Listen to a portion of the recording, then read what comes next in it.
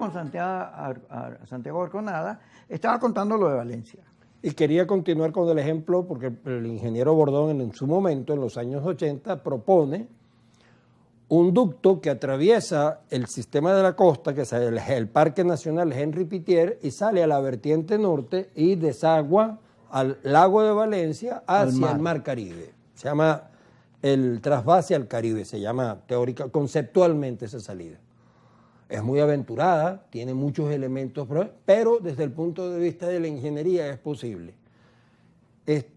Nosotros no vamos nunca a discutir eso como país. Ese es un problema que tiene que ver con cantidades de cosas que tienen que ver con la calidad del agua que tomamos en Caracas.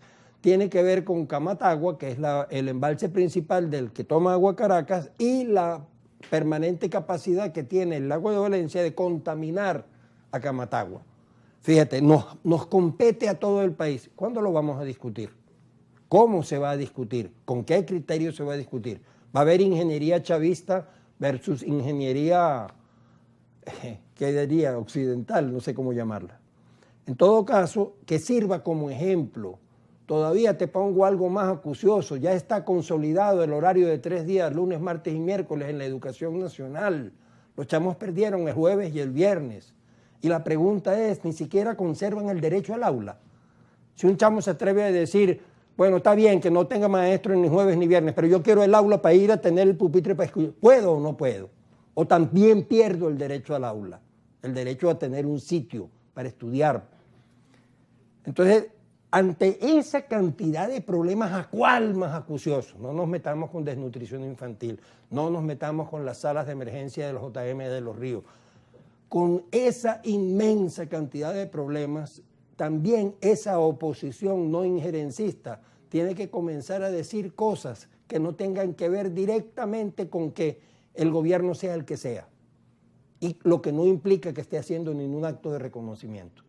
Ese también para mí es otro problema. No se puede no seguir hablando de la pelazón. La pelazón es demasiado seria, demasiado grave y afecta mucho. Y no me la vendan ahorita porque vaya gente a comprar o porque ponga luces. No como con ese, ¿cómo se llama? Maquillaje. Y creo que, evidente, diciendo con razón, que esos repliegues de algunas unidades militares en el Caribe son una buena señal. Claro, pero es que la gente no sabe. Yesenia, ¿cómo se llama el buque? Ajá.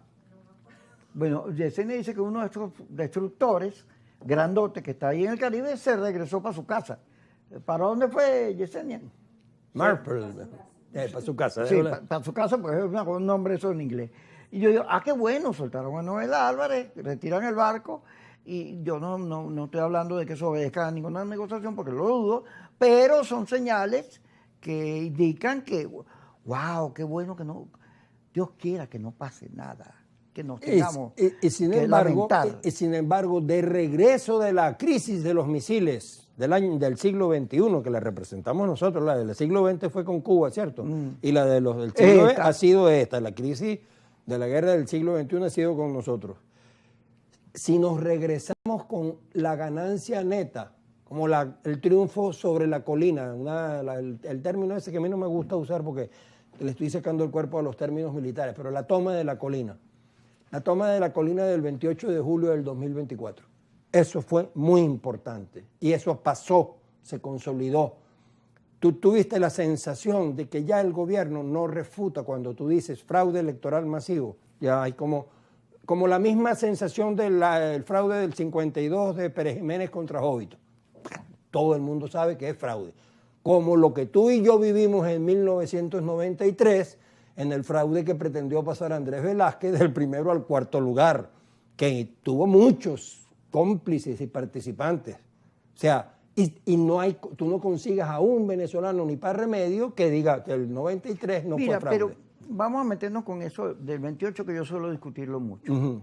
Yo creo que hay unos problemas de fondo que yo no comparto mucho la tesis del fraude, porque yo durante mucho tiempo antes de la elección escuché vocero del gobierno decir: yo no le voy a entregar a los que nos clavaron sanciones y representan al imperio. Clarito. Entonces la oposición, en el momento que podía obtener una victoria, importante en democracia, bueno, escogió los voceros menos indicados para eso, porque precisamente representaban lo que el gobierno estaba diciendo. ¿Cómo será ahora? ¿Tú crees que esos sectores ahorita, con todo lo que está ocurriendo, pueden acceder al poder en Venezuela? No, tiene que meterte en el tema de fondo.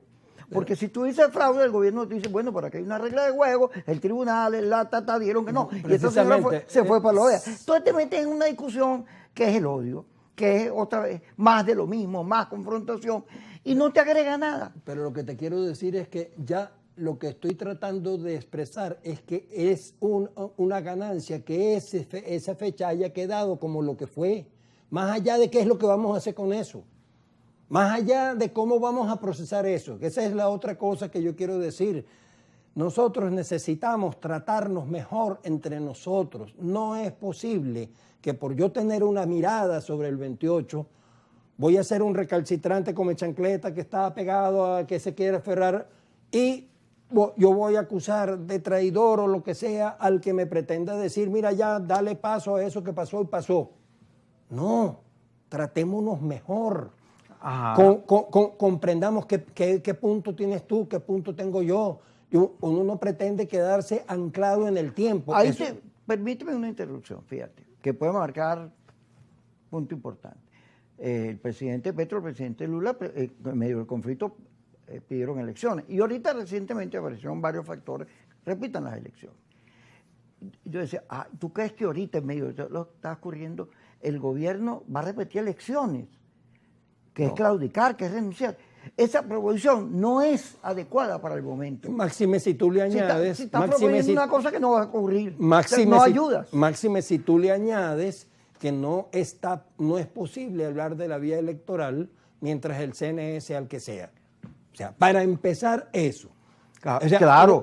Yo te puedo decir. Tiene que haber una rectificación con los errores que se dieron. Y si en algún momento, en alguna circunstancia futura que no estamos ni tú ni yo en capacidad de prever, se genera ese espacio de diálogo en el que el gobierno estuviese dialogando efectivamente el cambio de las condiciones internas del país, de la credibilidad. Sí, yo sé que te metí el dedo en el ojo nombrándote este presidente al que tú no le crees ni el Padre Nuestro de rodillas, pero es que precisamente para eso fue buscado, para que no le creyeras ni el Padre Nuestro de rodillas, que es lo que tú dices con relación al 28, que no está cumplido. O sea, bueno, pero el señor Edmundo González dijo paz, reencuentro, y después salió la abstención y pidiendo la invasión. Por Dios. Vamos a ir al corte, que ya se puso buena la cosa. Ya regresamos.